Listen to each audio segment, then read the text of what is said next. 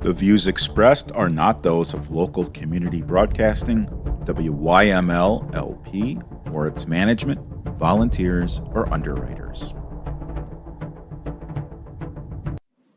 Boy, I find these people all over the place. Today I have Jimmy Bolf with me, and Jimmy he's a former explorer, yes, but he's barely a former explorer. He's 21 years old, and he is on his way to an awesome career in public safety. Jimmy, thank you for joining us today. Thank you, Marcus, for letting me join. Awesome. Well, can you tell everyone, what is your origin story? Tell everyone about the Explorers, how you got inspired to pursue a career helping others. Well, thank you again, Marcus, for letting me be on the show. For everyone that doesn't know me, my name is Jimmy Bolf from the Chicagoland area. I've actually been involved with the public safety industry since I was 14 years old. First becoming a police explorer in 2015, in the fall of 2015, and then becoming a fire explorer in March of 2016 with the Lake Zurich Fire Department. I've been a Vernon Hills Police Explorer, I've been a Lake County Sheriff Explorer, and right now I am a junior at Western Illinois University getting my degree in fire science. This spring I will have an opportunity to go to the academy with WIU or with my volunteer fire department down in Macomb. And basically, I got to today because of the Explorer program, and it really has helped me out, changed me as who I am today, and helped me in my future career endeavors. Jimmy, what's wrong with you? Why would you want to run into a burning building and not out of a burning building? And that's my firefighting joke. Why did you decide to pursue the fire service instead of law enforcement? Well, there's a lot of reasons why. Firefighting is more awesome. Thanks to the ride-alongs and stuff like that I've done, it just seems like that the fire and EMS side has more of my niche. Don't get me wrong, I've done ride-alongs with the police department. I mean, police work is still pretty cool, but honestly, it just seems like it's a lot of traffic stuff. Firefighters get to do awesome stuff. I mean, we get to break stuff, we get to kick down doors, go into burning buildings. We're adrenaline junkies, and we get to save people. I mean, the biggest thing is just making a difference in our community. Even if it means just getting a cat out of a tree or just helping someone unlock their doors, you made a difference every day. And that really, really inspires me. When I was younger, my dad broke his leg, and I was 4 years old, and I remember the whole thing. I don't know how I do, but just seeing the firefighters come and help my dad, I don't know, it just sparked something in me. And this is where I am today. I love how you use the word spark, because that's how some fires start. Yes. Okay, again, I'm messing around. I'm kidding. I'm having fun with this. I hope you are too. That clarifies why you wanted to become a firefighter. I happen to agree with you. It's a lot more exciting. You go from 0 to 60 because you're sitting on the Barca Lounger watching, I'm going to say Donahue, that's how old I am, but you're watching talk shows or whatever, and bam, the tones go off, and you got to jump and run, and you are there to help people. So I love the fire service. The great thing is, and you may know this, you may not know this, there's a law enforcement element to the fire service. There is a program for juveniles who start arsons. Kids play with matches, which they're not supposed to do. It's called Juvenile Fire Setters Program. And you teach the kids how the dangers of fire, but it's following a criminal justice case. You can also become an arson investigator. You can become a fire origin investigator. And in some departments, the arson investigators are actually sworn law enforcement. So you do have other opportunities there as your interest may grow, may change, may not change. So in your own words, can you tell everyone, what is the Explorer program? What have you experienced? And we're going to focus on fire. The show is the personal safety show. It's not all Mr. Police, Mr. Self-Defense. So we'll focus on fire. Can you tell our listeners, what types of things have you been involved in training-wise and service to the community-wise? So the Fire Explorer program is a program for those 14 to 20 years old that have an interest in firefighting or EMS. We've also had people in our program that have wanted to become nurses, doctors, or just go in the medical field. So they join this program to get certified in basic life support, CPR, first aid. The biggest opportunities we get is, if you don't know what the CERT team is, it stands for the Community Emergency Response Team. It's basically volunteer emergency management. They help out at big events such as Strawberry Fest in Long Grove, Chocolate Fest, etc. And we basically get to go help out at these events and actually do first aid, get hands-on, if people need help or stuff like that. And since we're certified in like basic life support CPR, if we had to do those skills, we were able to do them. And we've had the opportunity to work like longs and stuff like that. I've actually worked the Lake Zurich Triumph-a-long with the CERT team doing first aid, and it was a pretty cool opportunity. We didn't really have anything major except for a couple of like heat strokes or stuff like that, or heat exhaustion, but they were pretty minor. We just had to get some people in the shade and cool them off, and then pretty much they were sent on their way. The type of training we do ranges from basic firefighting to like how to get your gear on in under 60 seconds, how to get full gear on in under 2 minutes. That includes SCBA and everything. And SCBA stands for self-contained breathing apparatus, which allows firefighters to breathe and smoke in other types of hazardous environments. We've done ride-alongs. This is pretty amazing because we get to experience like a day in the life of a firefighter is. Ride-alongs usually are allowed from 7 a.m. to 10 p.m. in the post I'm in due to liability reasons, but usually you get a full day of action or you get nothing. So pretty much, that's pretty much what we do. We also do like a confidence maze where we're in full gear. We crawl through like tight spaces and stuff like that. It can be a bit claustrophobic for some people, but to me, I mean, with my small stature and stuff like that, it was pretty easy compared to the bigger explorers. I can speak from experience. So I used to be 320 pounds, and I went through one of those mazes. And I did it faster than the athletic deputy chief, and he was just so shocked. He took a wrong turn in it, or he would have beat me. But he didn't like the photo I took of him when he came out of it. His hair was all over the place, and I think I used it in a PowerPoint later on. So these are rigorous, difficult tasks, and you really have to be physically fit. Correct. So does the Explorer program talk about physical fitness? Yes, we do. Because the leading cause of death for firefighters is heart attacks. A lot of cardio. I would say if you want to be a good explorer, do cardio, do some upper body strength, do some lower body strength, but cardio and endurance is the biggest key in firefighting. Very good. I have a friend, and he got an award because he worked until he collapsed. And he didn't have a heart attack. It was from exhaustion. And in the process, he was able to save some property. So before we started the conversation off the air, you had talked about the College of Lake County and the tech campus and some of the training that you've been through. Can you explain what that all is, what you've been through, and how other people can, if they're interested, pursue it? So we had an opportunity in high school, and all the Lake County and some McHenry County high schools have an opportunity to do the Lake County Technology Campus, which is basically like a trade school for those that are juniors and seniors in high school. We have CNA program there, HVAC, construction management. If you want to become a mechanic, you can get your mechanic certification there for auto mechanic. And then we have the CNA program, which allows you to become a CNA in high school. And then we have medical assistant. We have cosmetology, which can get you a license. But the biggest two programs there, and the biggest program of them all, is law enforcement, criminal justice, firefighting, and EMT. I did firefighting my junior year, and then I did EMT my senior year, and the training I received was excellent. Lieutenant Craig Richardson, who was the instructor at the time, he's retired now. He's no longer the program instructor. He was an amazing instructor. He treated us like adults in the program, and he expected us to act like adults, and he really inspired our confidence, and he pushed us to our limits. And basically, the class was ran like a mock fire academy. I mean, we had our own bunker gear in there. We have uniforms. We had to wear uniforms. Otherwise, our grades would be deducted. So it was kind of tightly ran. I wouldn't say it was really paramilitary, but I mean, we were treated like adults in the class, and we had to expect professionalism. We actually ran a 9/11 ceremony every year. Every year in the fall, we do a 9/11 ceremony to honor the first responders that have passed away on September 11th. We would come, march in with a flag, kind of do some like honor guard stuff, read the names, toll a bell, and have a moment of silence for those that have passed away. The law enforcement, the criminal justice, and the EMT program also helps out in the ceremony with honor guard duties, and it was pretty much an honor to be able to honor the first responders. With that program, I had the opportunity to do a job shadow with the Mundelein Fire Department and the Waukegan Fire Department, as well as the Antioch Fire Department, and it was pretty amazing to say. Antioch, I mean, there wasn't too much action, but it was still good to see every department in Lake County.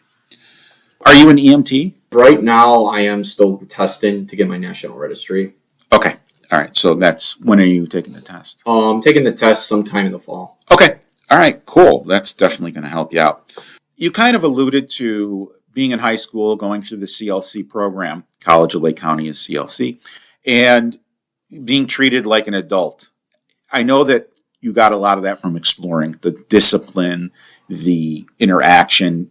Typically, the advisors do treat the explorers like adults. What else did exploring teach you about life?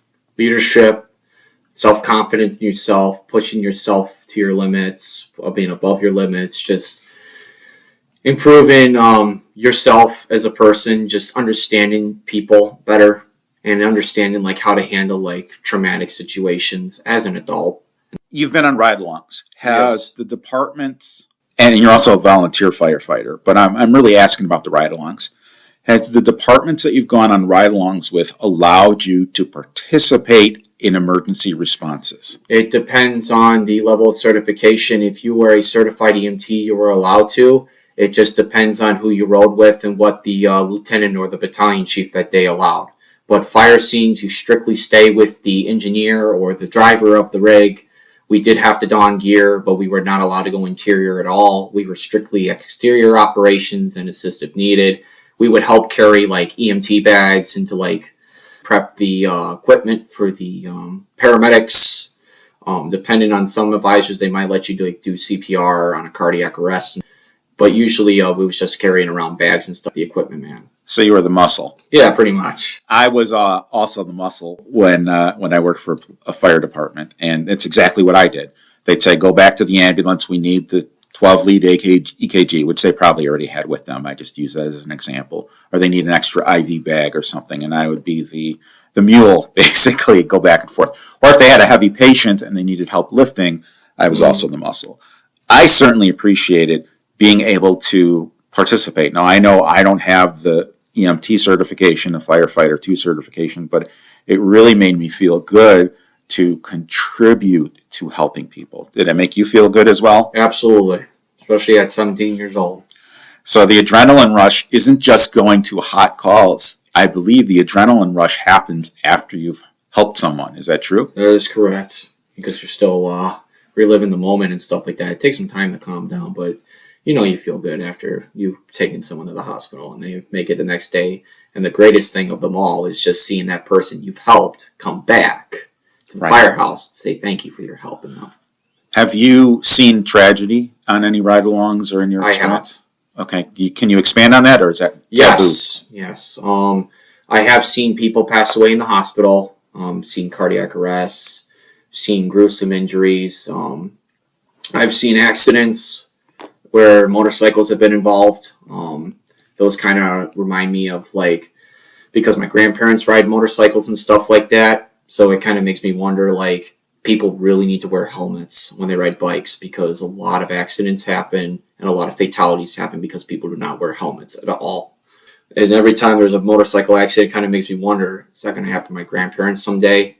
But yes, there has been dark things in this, but overall, I mean, it helps grow you as a person and understand that life is not permanent. You have to understand that when it's time to go, it's time to go. When I started in public safety, this didn't exist. But I'm going to ask you if it exists on the explorer level. A lot of times when there's a traumatic incident, and I specifically recall there was a baby who got tangled up in a dry cleaning bag and suffocated.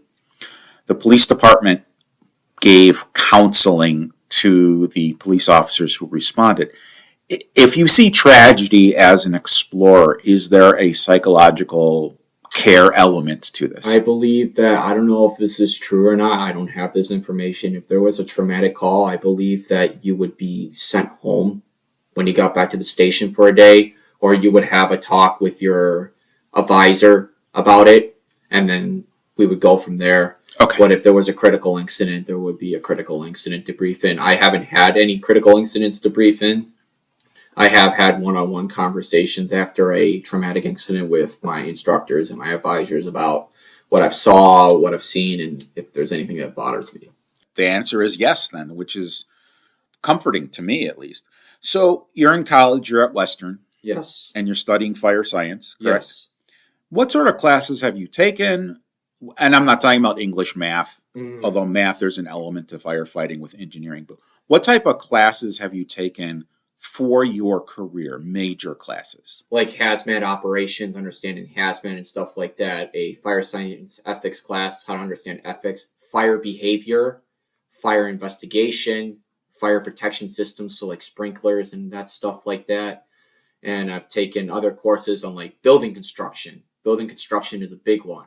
The two biggest things that you need to know in this job, and like I said, I mean, I don't have much experience, but the two biggest things that's going to help me improve my career and potentially save my life is understanding how fire works and how it behaves, and how that fire behavior can affect the building construction itself. Because a lot of buildings these days tend to burn faster than back in the day. Because I've seen flashover simulators where buildings are literally fully involved in 60 seconds. Keep in mind, I mean, we're still going out the door. And by the time we pull up, house is fully involved in fire. And because, especially as my volunteer department, we're out in a rural area, so our response time is even doubled compared to what it is here in Chicagoland. So in Chicagoland, the standard response time for fire is 6 minutes. It's 1 minute for the dispatcher to gather information and dispatch, another minute for turnout, which means the firefighter's got to slide down the pole if it exists in the station. OSHA doesn't allow that in new stations now. The station I worked in had a pole, but I was too chicken to go down it because it was 3 stories. I wanted to, but I was too chicken. I don't like heights, and which is weird because I worked in the fire service. But if I can avoid it, I avoid it, and it is funny. I want to talk about some of the terms that you talked about so our listeners understand. You're using jargon, which is perfectly okay. Flashover means that the heat in the structure makes everything combust at the same time. So it might be a little flame, and then all of a sudden the entire room, the entire building goes boom, and it's an explosion. It's really an explosion. It is an explosion. There's ways to look at it. You got to see how the smoke puffs out, and if it's about to be a flashover, they recall all the firefighters out of the building as fast as possible. I also want to go into the building construction. You said back in the day, houses, wood frame houses were constructed with 2x4s and nails or screws. Pretty sturdy. Today, they're using glues because it's less expensive, and they're using something plate, a nail plate or something, and it basically joins multiple 2x4s together. It is not as structurally sound as the old type of construction, but it's called lightweight construction. Have you had any training on truss roofs? Yes, we have had lectures on truss roofs. We have not. I may have seen one in person, but I've known that we've had PowerPoints on them. I have seen videos on truss roofs and stuff like that, so I am familiar with it, but I have not experienced it on a real call yet. Okay. There's also something called the bowstring truss. Have you heard of that? Yes, those are the biggest. Those are killers. Yes. So what happens is if you see a building with kind of an arched roof, old grocery stores sometimes had that. The roof is one fabricated piece, or maybe it's a couple fabricated pieces, and it's tied together with not really string, it's wire. But once that one of those wires snaps due to heat, the entire thing goes, the entire roof caves in, and that's how a lot of firefighters die. So that's one of the first things I had training on. So let's pivot a little bit. Of course. You are an awesome photographer. And I have to say this, I'm kind of a photography snob. So when I see pictures and something's out of focus, not centered, or it's all scenery and not people, and the people are the size of an ant, I kind of sneer a little bit. So sorry about that. Your photos are nothing like that. As a matter of fact, I asked and received permission to use your photos in my newest book, The Opposite of Safe, which is available at theoppositeofsafe.com. And you go to emergency scenes and photograph the firefighters from the outside. Yes. Can you expand on why you do that, how you got involved in that, and some of the incidents that you've gone to? I've gotten involved in it. I've been involved in it since 2019. I pretty much just wanted to do another hobby. And I would say the biggest things motivated me to do it was like photographers like Tim Oak, Steve Reddick, Mark Holstrom, a lot of these infamous news photographers. I mean, I've seen videos of like fire scenes and seem pretty interesting. And also, I just figured, you know what, I needed to start a new hobby, and I found photography, which I've honestly learned like how to like shoot manual and stuff like that, like how to like edit photos, learn how to shoot in RAW and stuff like that. And I've made a lot of fire department connections doing it. I've actually done work for the Lincolnshire Riverwoods Fire Department, which they are a pretty awesome fire department. They like my photography. Some of my photos have actually been featured on their page. But the biggest reason why I got into it was because I want people to understand how hard our men and women work every day in a raw and unbiased format, because in today's day and age, we don't seem to understand how hard firefighters work. We seem to understand like it through it Hollywood, and I want people to understand that this is not Hollywood. This is real life, and I wanted to just people to experience that.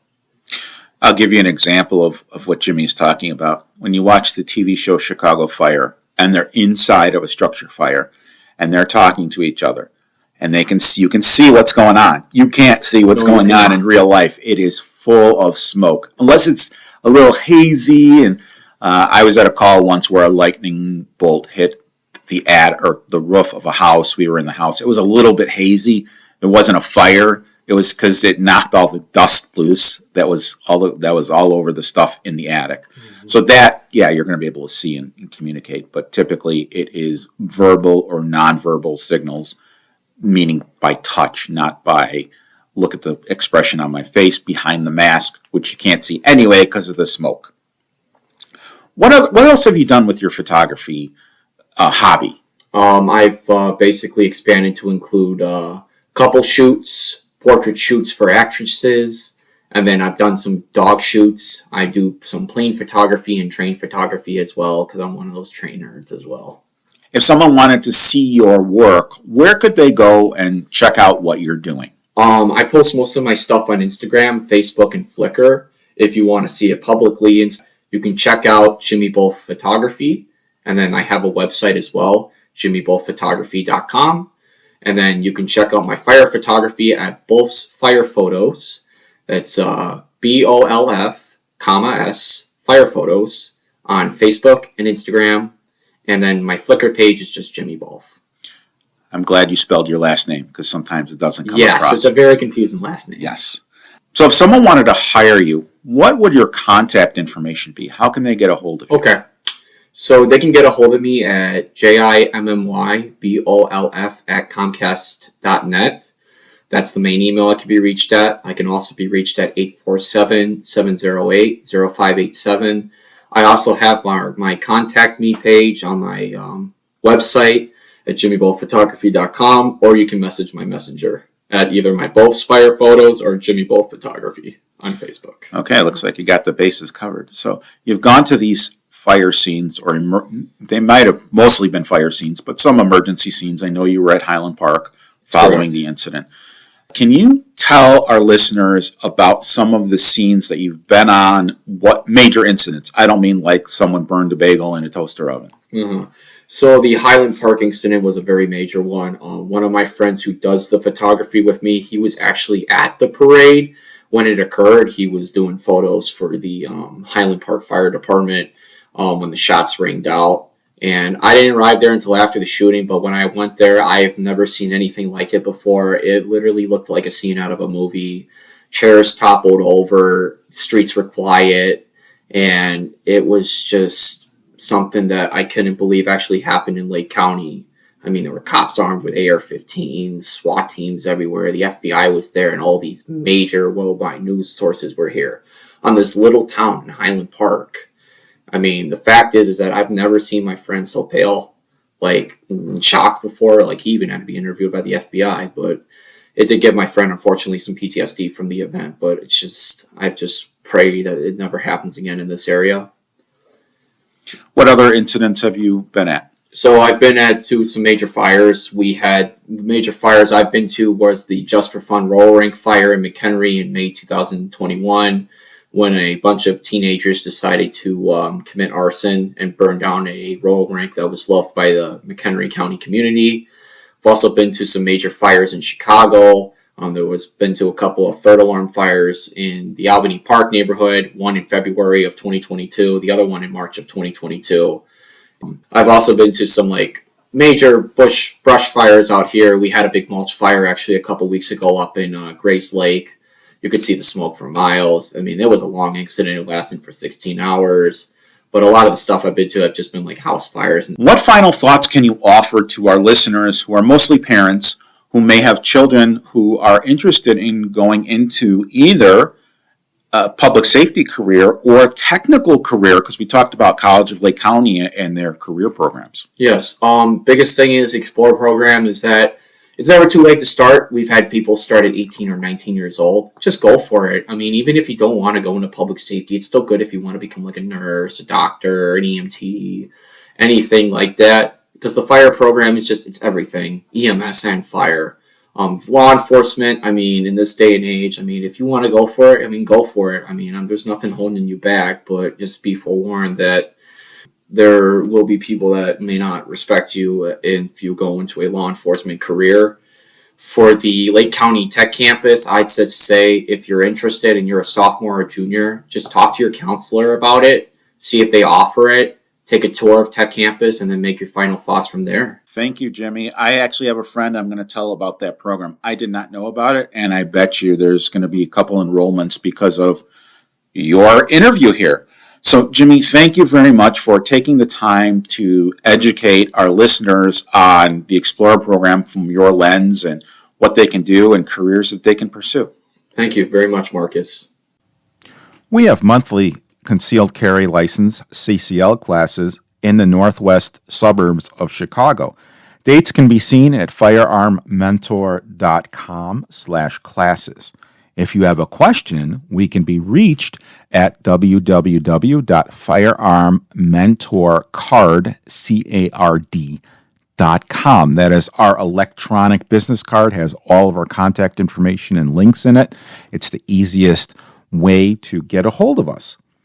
Until next time, stay safe out there, and I'll see you at the shooting range. This is Marcus Melnick from Firearm Mentor signing off. The views expressed are not those of local community broadcasting, WYML LP, or its management, volunteers, or underwriters.